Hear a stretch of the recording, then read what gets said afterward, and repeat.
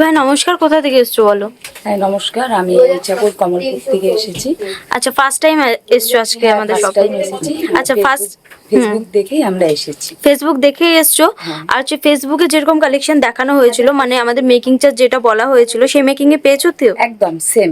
আচ্ছা, ডিজাইন কি মানে পছন্দ হয়েছে? হ্যাঁ, বা স্টাফদের বিহেভিয়ার কেমন লেগেছে বলো সবকিছু? সবার ব্যবহারই খুব ভালো লেগেছে আর ডিজাইন সেম। আচ্ছা, পছন্দ হয়েছে। শাখাটা আমি দেখিয়ে দিই। দিভাই দেখো, এক জোড়া শাখা নিয়েছে। দেখো ছিলেকাটা কাজটা কি সুন্দর।